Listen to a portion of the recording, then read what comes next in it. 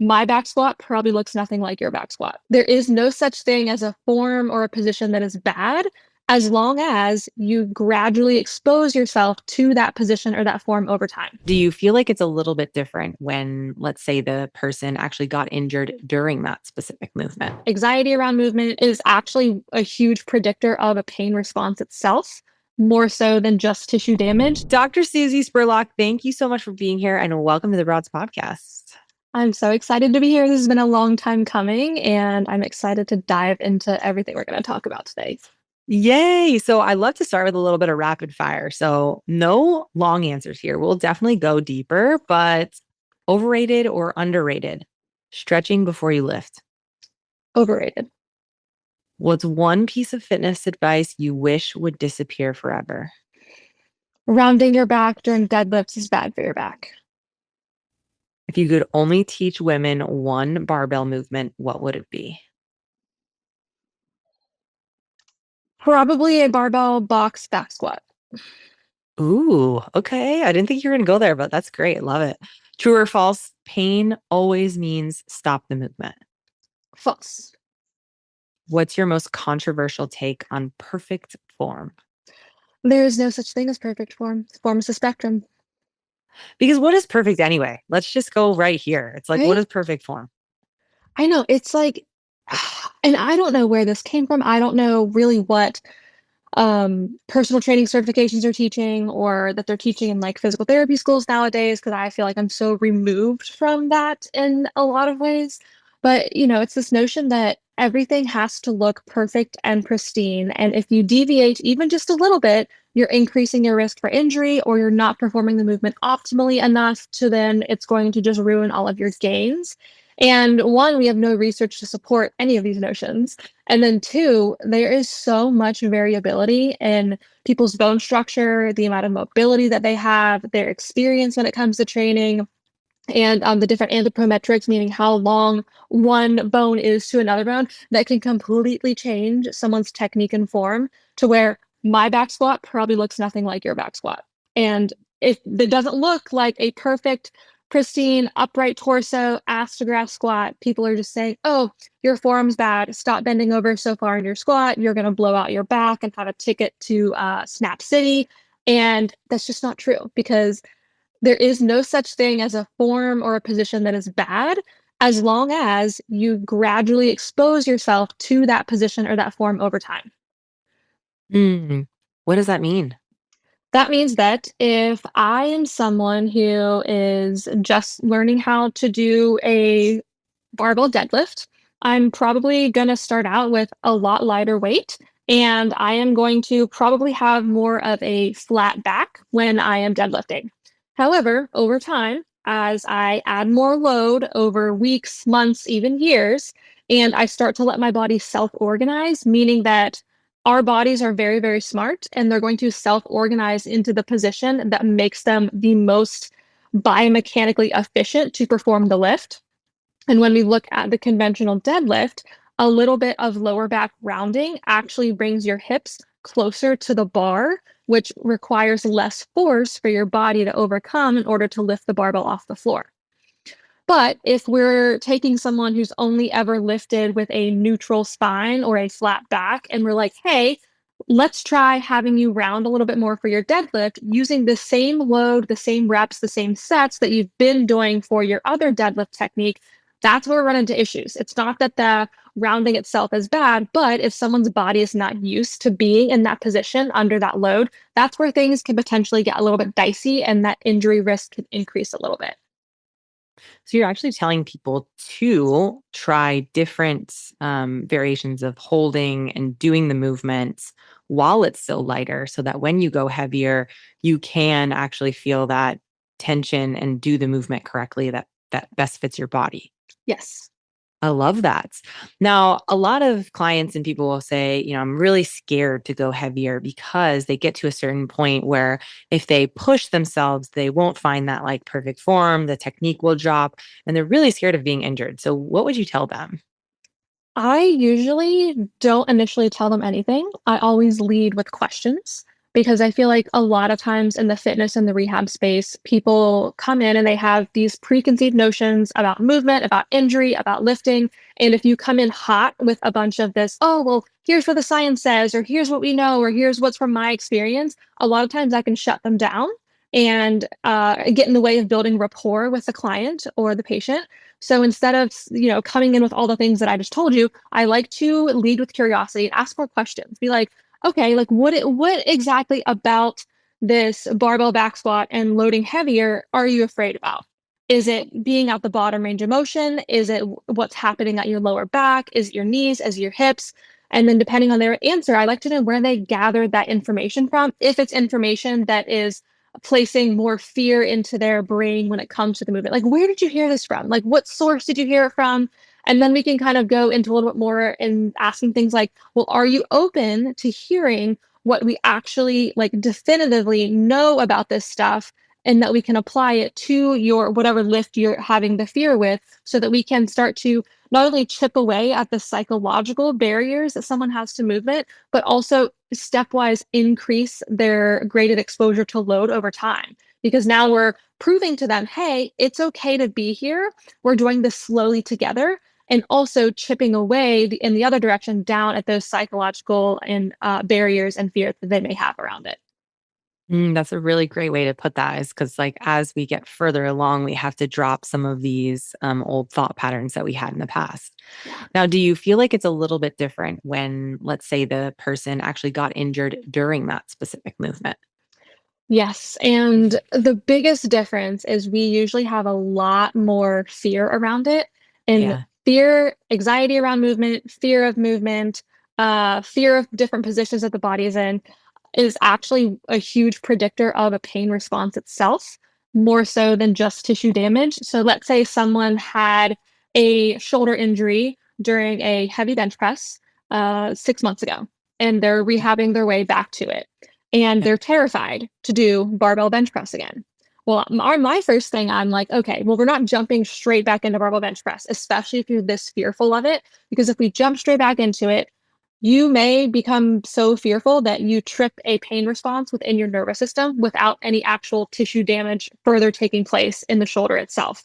So instead, we like to find an entry point, meaning, okay, what exercise can we do that the person in front of you feels comfortable with that they can do successfully to set them up from a loading standpoint when it comes to strength and muscle and mobility, but also from a psychological standpoint to set them up for success and make sure that they have a positive experience with that horizontal press and variation.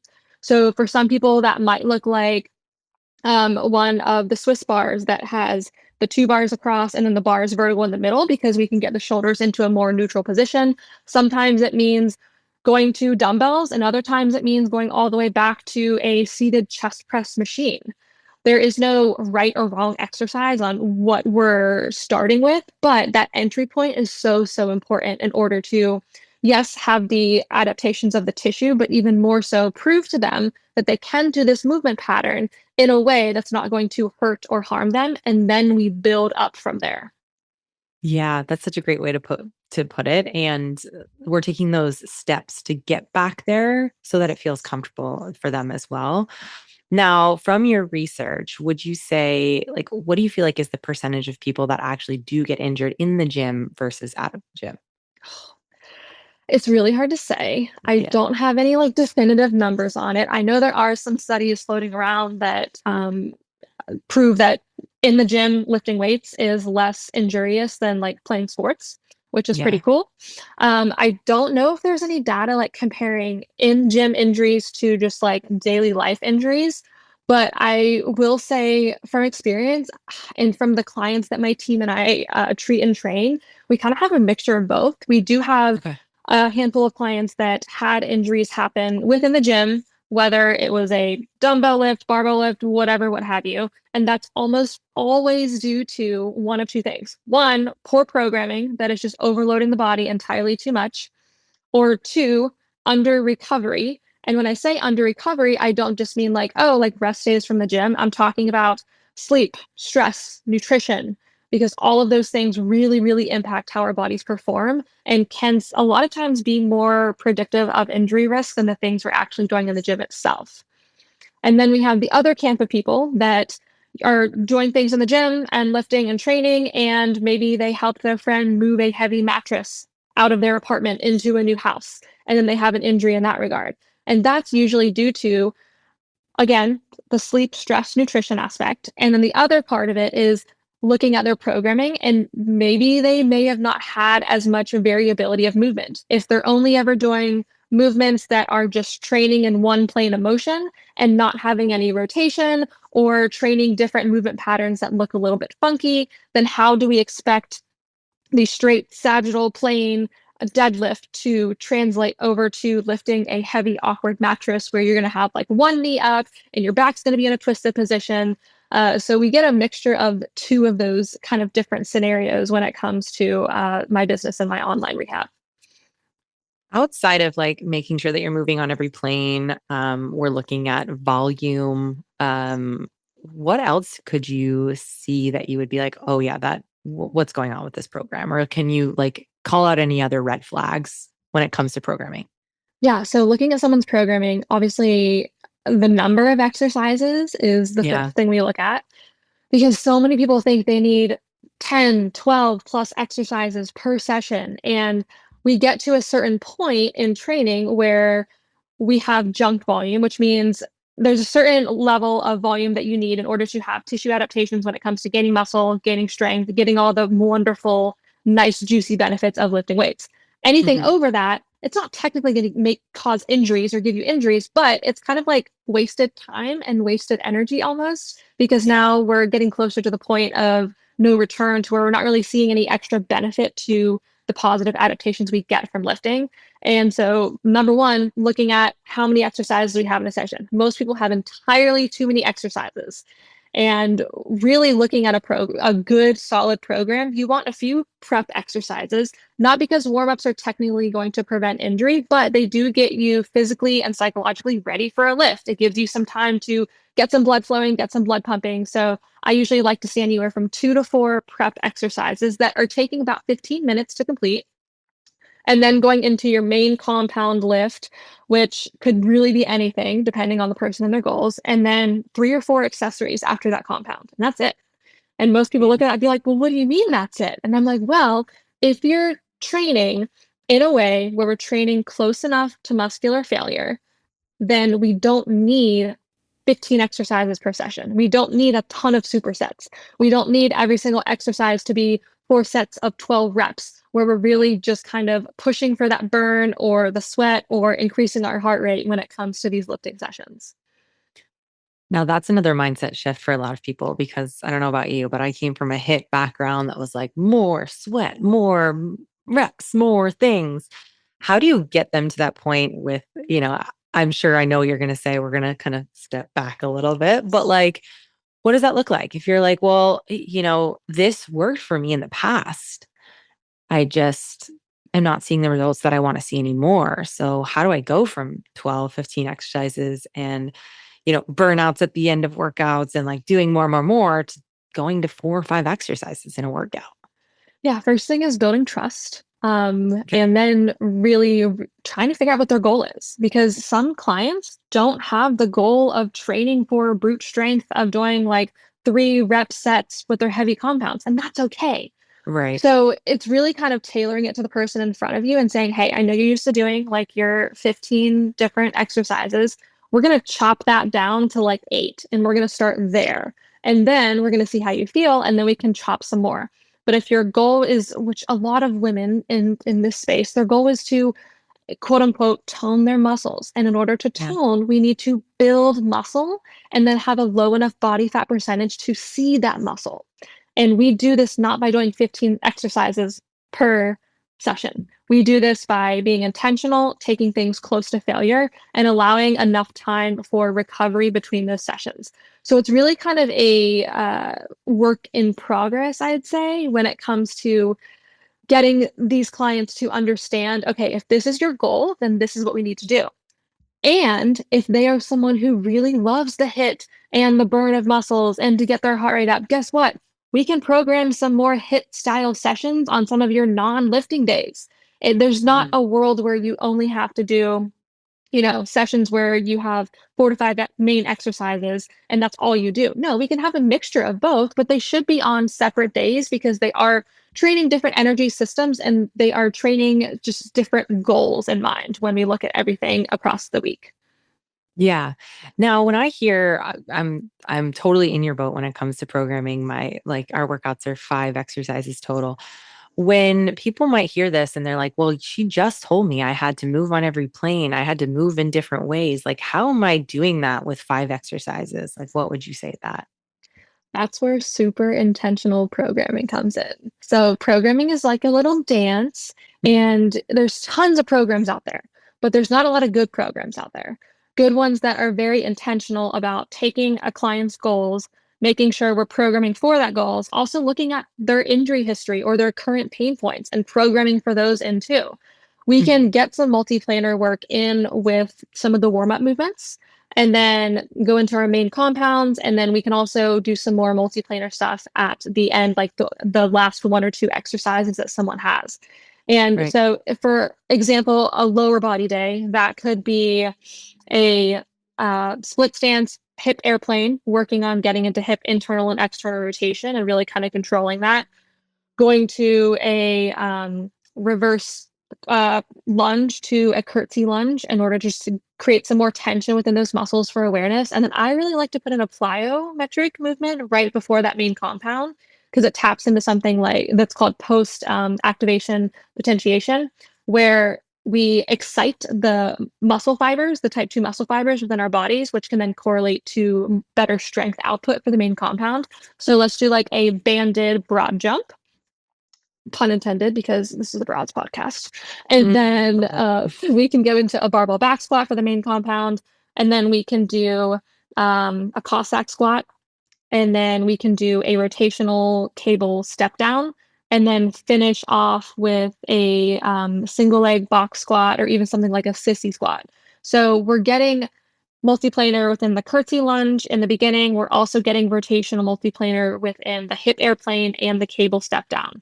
And then we're Mhm. getting more lateral plane stuff when it comes to those Cossack squats. So just like a quick and dirty example of how intentional programming can hit all of these different pieces.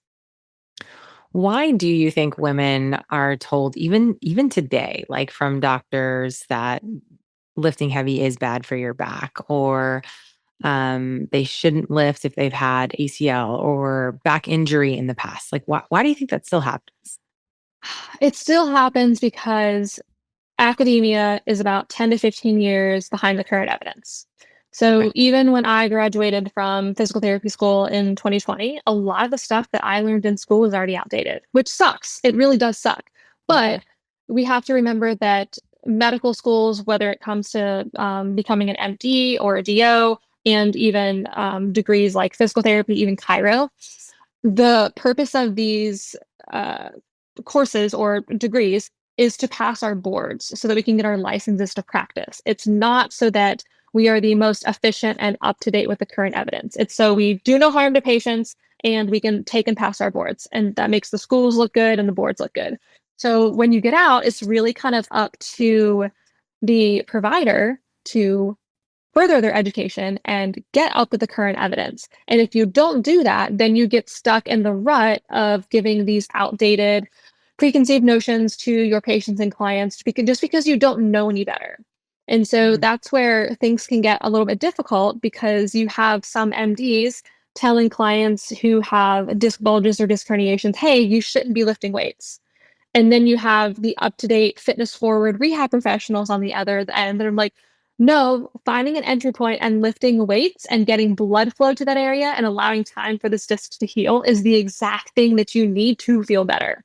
And those conflicting narratives, especially when it comes to women, can be really, really difficult to overcome. And that's where building rapport with your client or patient, asking questions, being curious, and then slowly building that trust over time through proof and movement and programming is so incredibly important.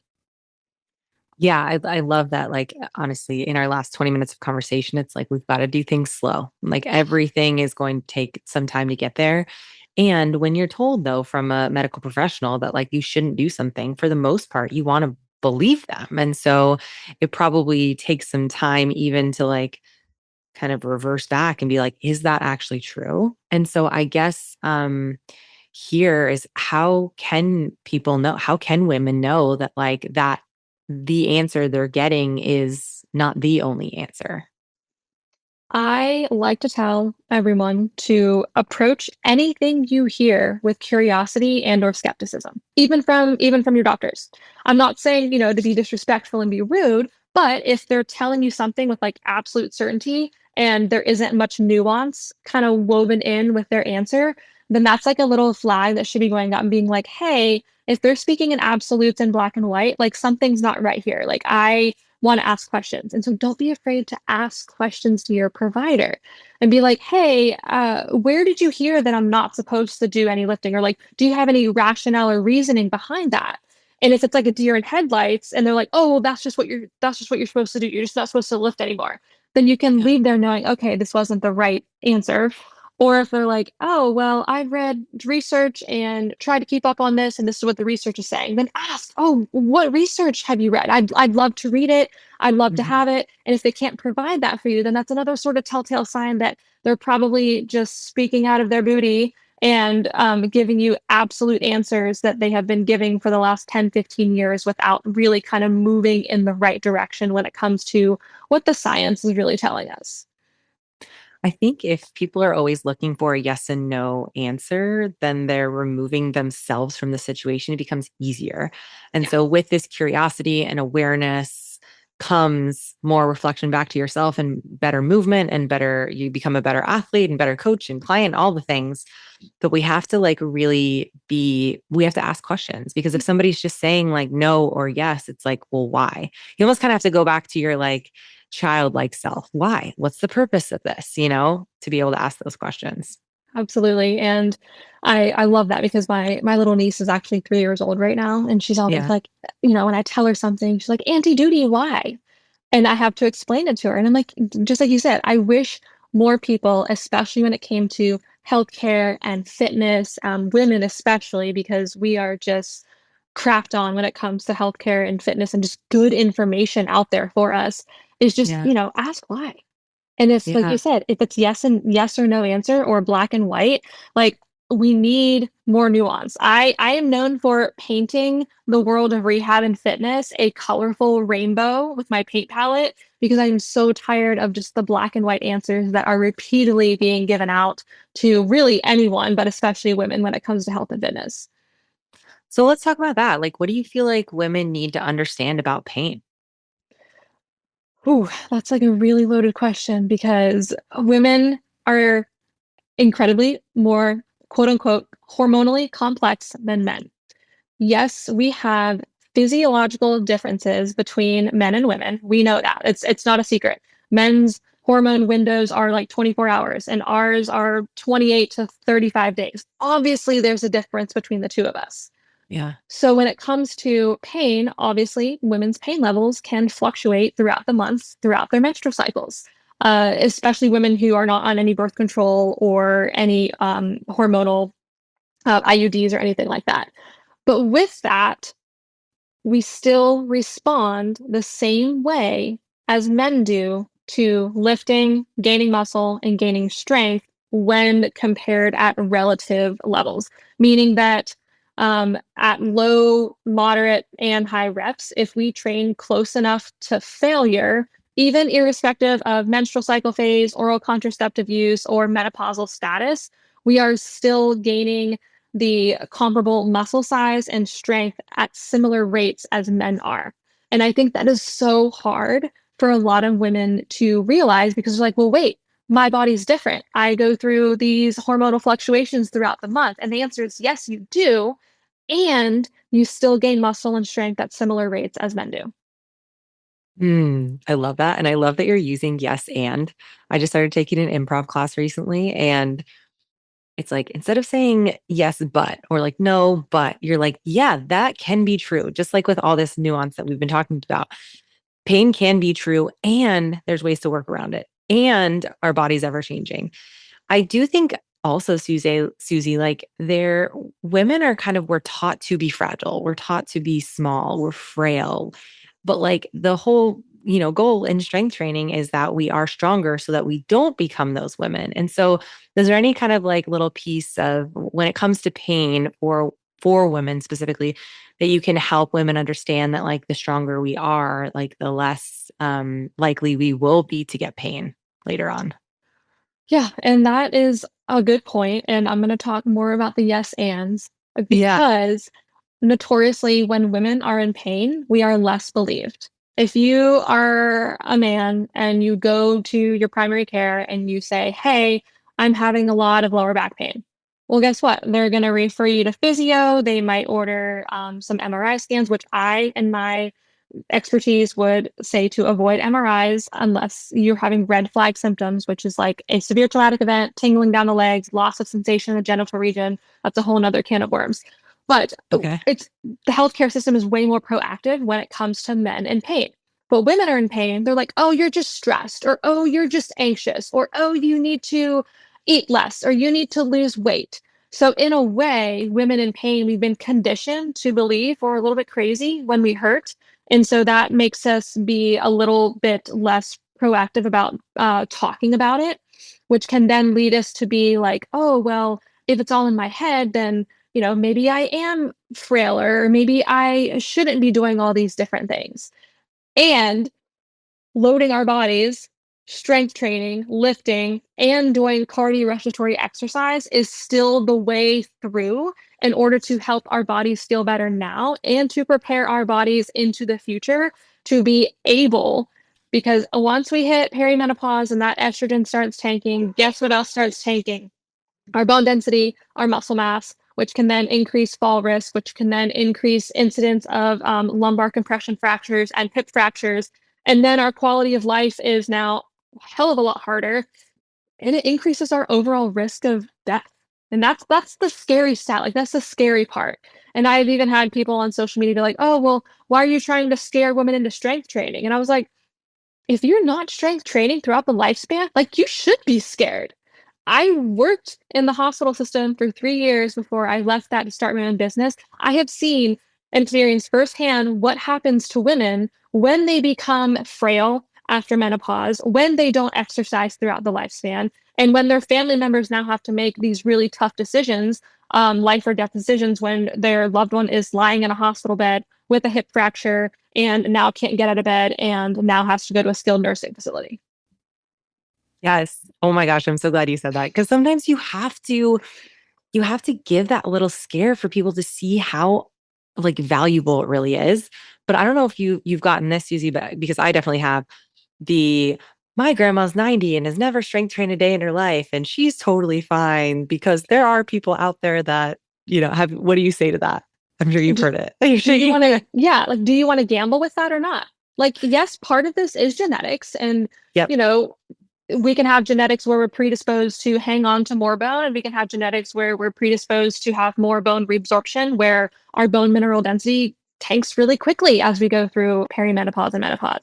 But like, do you really want to take that gamble? Do you really want to be 90 years old and have not done a lick of loading in your life, not only for your physical health, but also your mental and psychological health? Because I'm sure you've experienced this, is I have never been more confident or found more confidence in my life than I have from picking up some heavy weights for the last 10 years. Like it has single-handedly changed my life in all aspects across the board.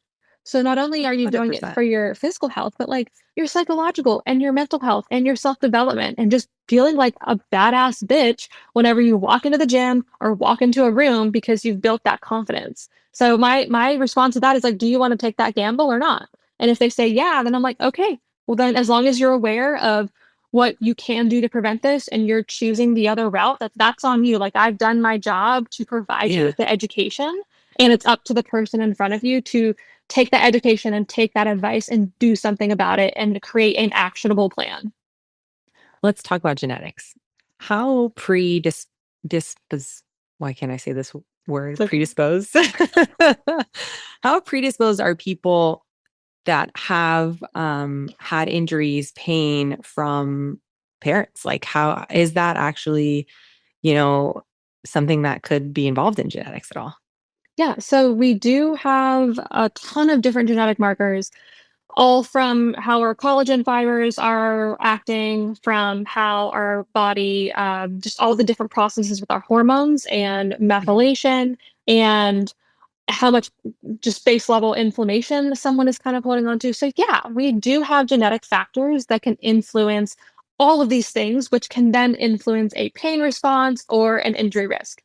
However, regardless of genetics and with genetics, we also have very, very adaptable bodies that are going to adapt to the stressors, positive and negative, that we expose ourselves to. So if you're someone who you know that both your parents had developed osteoarthritis at a younger age. They have higher resting inflammatory levels. They have less bone mineral density. Then guess what? You bet your ass. You better be lifting weights. You better be eating whole nutrient dense foods for the majority of your diet so that you can try and help combat some of these genetic factors.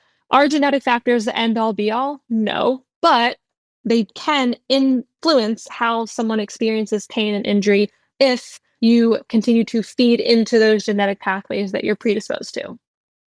Great answer. And I love that you've mentioned back into some of those lifestyle choices as well, right? We've talked a lot about strength training. And it's funny, I always say in every podcast, count how many times I said strength training in the podcast. That's literally all we do every episode. It's like hammer it down.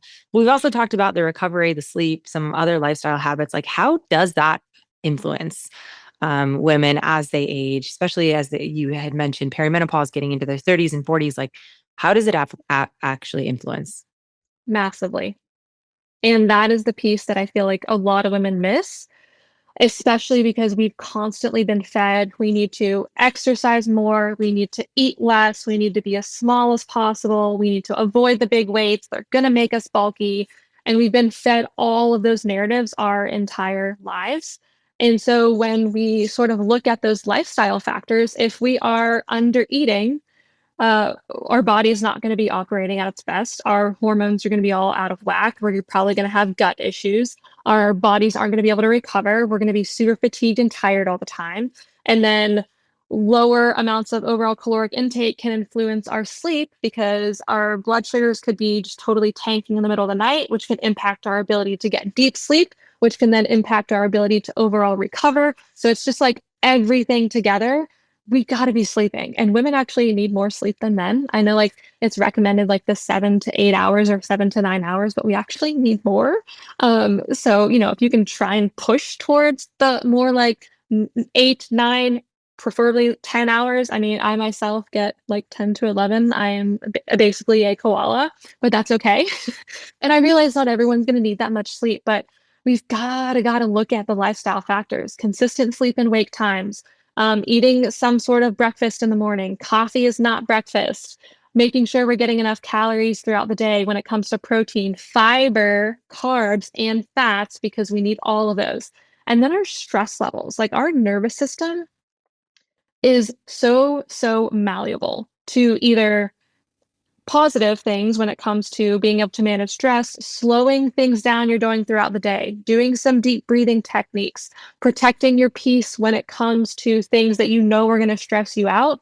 And the other part of things which is like doing things super, super fast, like your nervous system thinks it's being chased by a bear by just making your coffee in the morning. Go, go, go, do more, exercise more, eat less. And then our nervous Mhm. systems can get into this loop of fight or flight. And when they get stuck there, guess what creeps in really easily behind that? Pain and injury. So all of these things are intertwined into this wonderful web of if we can just do a little bit more to try and support our bodies, then our body's going to reward us with things like a little bit less pain, a little bit better recovery, some more muscles, some more strength, which then just carries us through the rest of our lives. Hmm.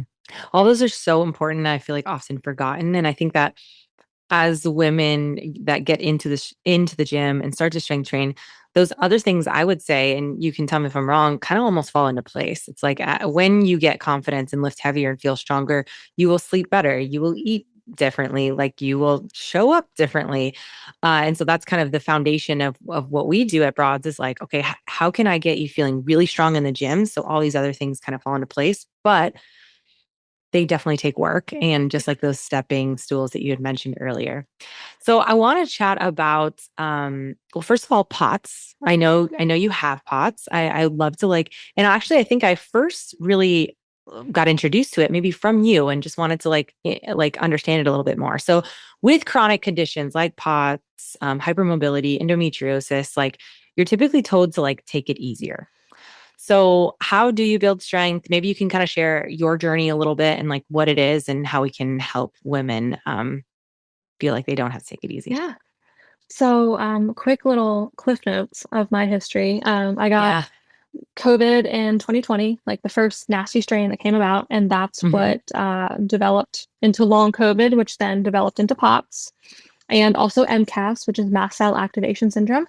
And then those two together then led me to the diagnosis of hypermobile Ehlers-Danlos syndrome with my providers. And those three together, HEDS, POTS, and MCAS are like the triad, and because they commonly occur together. And so ever since 2020, I have had POTS. Things have drastically improved from when I first got it. And if you're listening, be like, Susie, what the heck is POTS? Like the pots you cook on your stove, the pots you put plants in. POTS is postural orthostatic tachycardia syndrome, meaning that when someone with POTS changes position, going from like lying down to sitting up to standing or just sitting to standing, our heart rate skyrockets and shoots up because our the volume of blood that we have can't calibrate really well. And so then our heart has to compensate and be like, oh crap, we need to get blood to the brain. So we're going to beat super, super fast in order to help with that blood circulation. It can make you really dizzy. It can make you see stars, and it can actually make you pass out. I've never been someone to pass out before, thank gosh, but it can also come with a whole host of other things because it is something that is happening with your nervous system. So dysautonomia and POTS kind of run together to where your nervous system is pretty much in fight or flight like all the time, which can affect so many other things, gut related, stress related, hormone related, how you respond to exercise. It can be a lot more fatiguing. And it can actually make a lot of people bedridden. Like we've worked with a handful of clients with Move Your Bones who were literally bedridden from POTS and got to a place where they were able to start like standing again. And then we can work with them to actually start that process to return to exercise. So yeah, I have a lot of chronic conditions, and then I just got diagnosed with endometriosis this past year and had surgery back in November for it in stage 4 deep infiltrating endo. Love that I had the highest grade there. So fun, overachiever. But so I've been through some crap in the past 5 years, especially this past year. And chronic Mhm. conditions can be very, very hard because all the things that I've been talking about in this whole entire podcast, especially when it comes to the lifestyle things, become so much more important. And there are going to be times where you do have to dial back on the strength and the lifting and the cardio. I myself haven't done any consistent training for the past 4 months just to give my body time to recover and heal because I had so much going on that working out as hard as I was not serving me at that point in my life. So I just started the process like last week to return to training and return to exercise. I'm having one of my PTs on the team, Claire, do it for me because she has tons of experience with POTS, hypermobility, and just the cardio, respiratory, and strength aspect of it. And it's this common misconception when it comes to chronic illness that everyone's going to be the same because it's not true. Everyone's going to be different. I've been called so many things on the internet after sharing my journey. I've been called ableist, that I'm spreading toxic positivity, that I'm being harmful with the amount of hope that I'm sharing. And that's just not the case. Just because someone is doing quote unquote better than you or can do more than you right now does not discount everything that you're going through or the limitations that you're experiencing. But it also doesn't discount the things that they're going through too.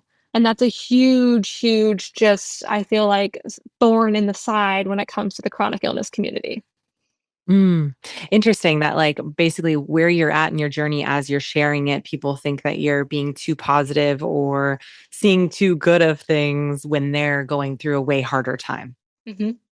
But because you're managing it through more lifestyle choices and now are able to move again, you actually are feeling better. Yeah. And people don't like to see that because they're not. No, they don't. And as you know, with social media, I know you share, a good bit of your life and your personal life on socials, and I do too. But at the same Yeah. time, like we don't share every single piece. Like we don't share the days where we wake up and we're having an absolute crap day. We're crying because of health issues or family issues or just personal things going on. Like no one wants to see that. Like we don't share that. Like I'm not going to be on my stories crying, not because I think it's wrong, but like why would I want to open up my phone and be on socials when I'm having a really bad day? So just because Yeah. people don't really see the complete view of struggles that we go through, they're like, "Oh, like you're being toxic because you're being too positive. Get Yeah. out of here, girl." Yeah. And this is what we do. We share our life and we share experiences. And you are someone that has so much knowledge and experience and research and have a team of people. And it's like you're just sharing your experience. And hopefully that can help some people.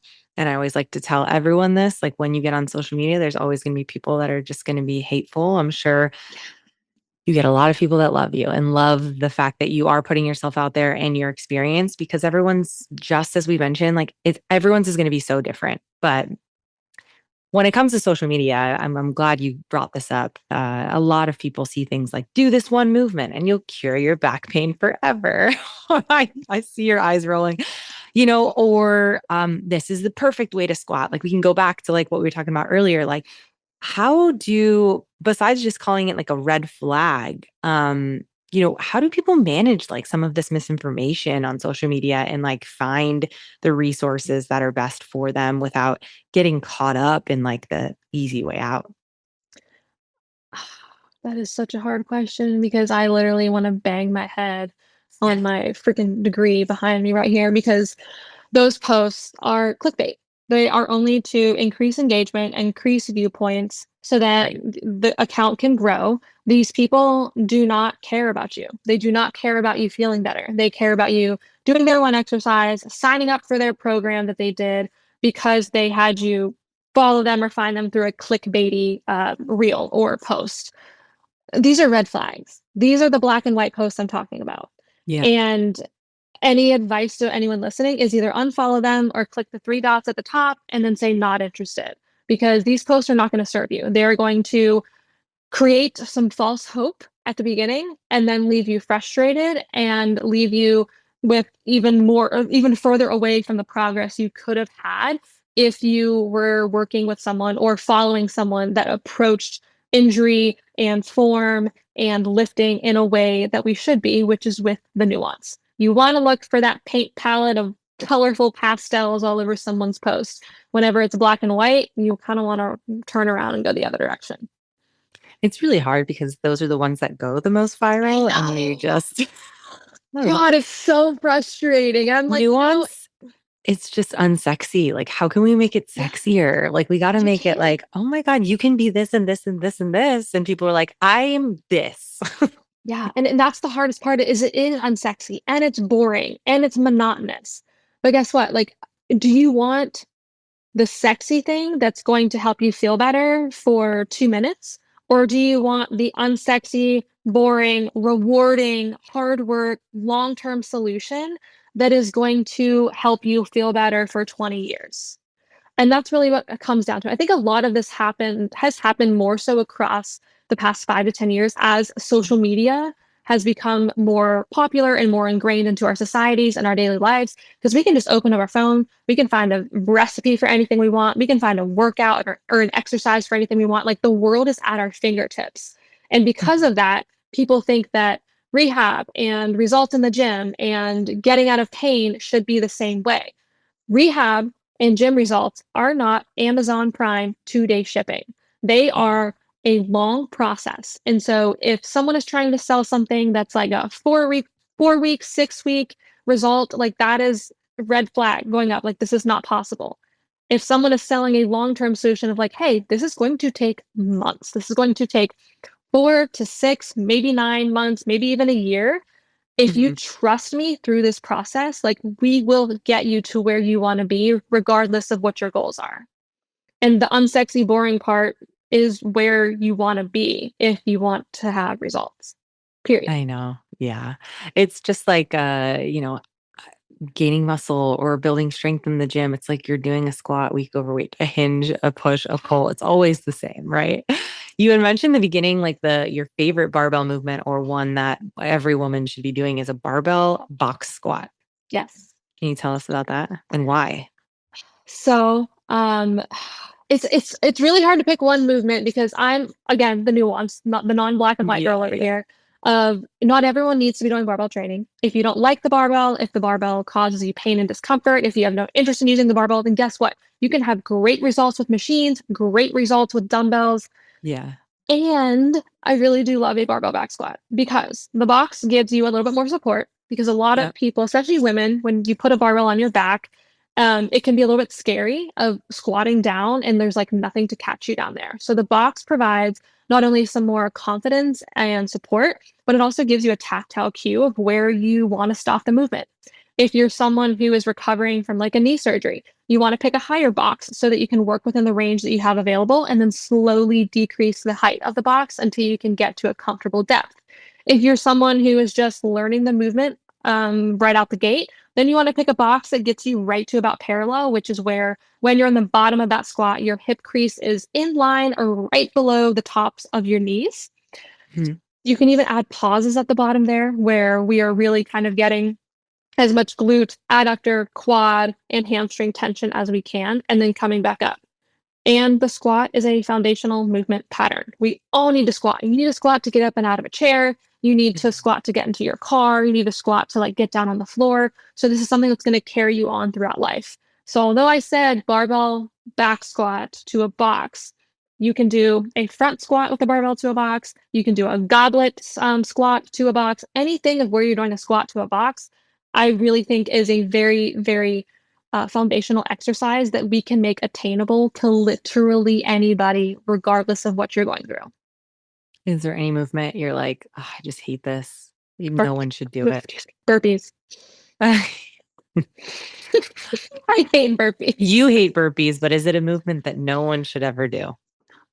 There is no movement that no one should ever do because our body can adapt. And if it's a movement that you enjoy and it's a Yeah. movement that supports your goals, then yeah, go for it and do it.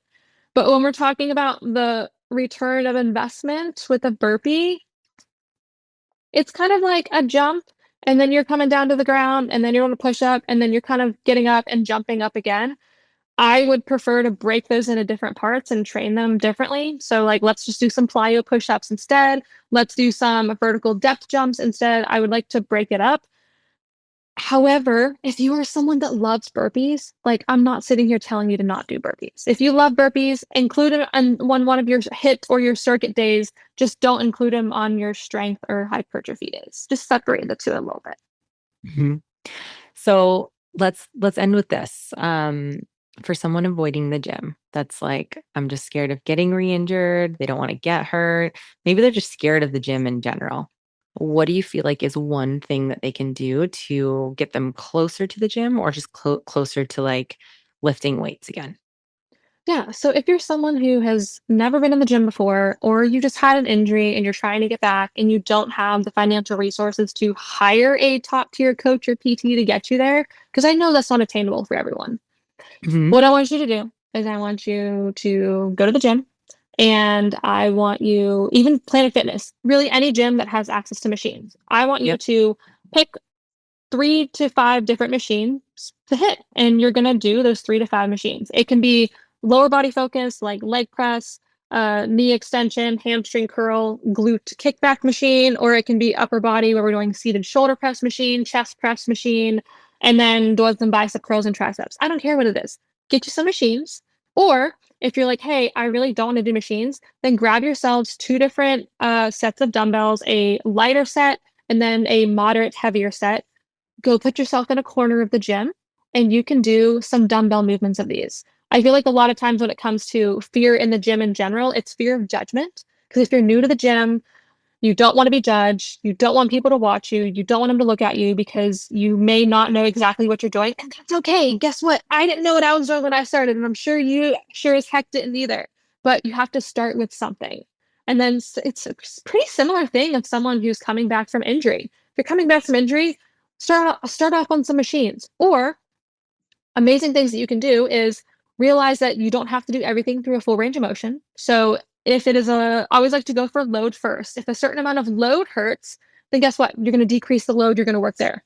If no, any amount of load in the same range of motion hurts, guess what? You're going to shave off some range of motion.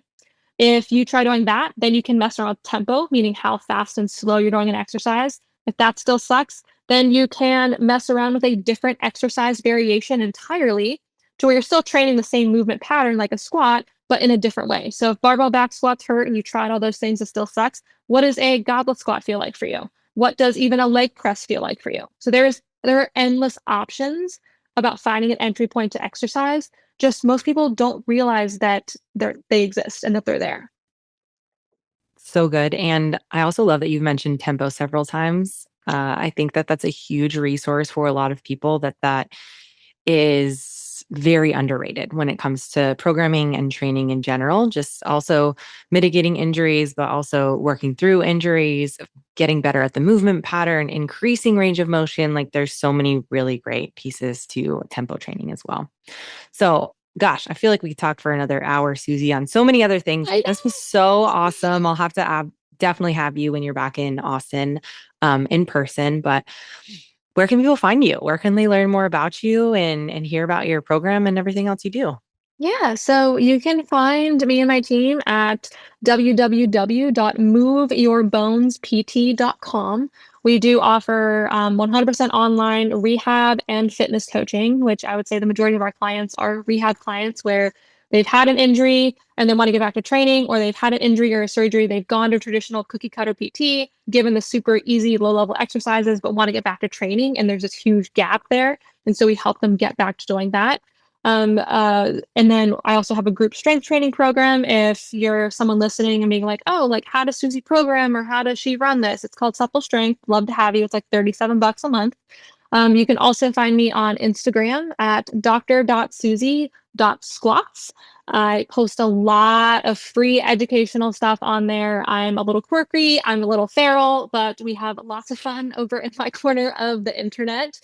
And then on my website, you can also join my email list, which is where I send out a ton of more in-depth educational pieces that would just flop on Instagram. And I also have a great deal of free guides to download. I have a free 4-week program, cycle syncing and the science, how to train with pain, one on intensity training like RPE and RIR, and then one on posterior pelvic floor tightness. So like plethora of different resources if you want to grab some freebies while we're at it.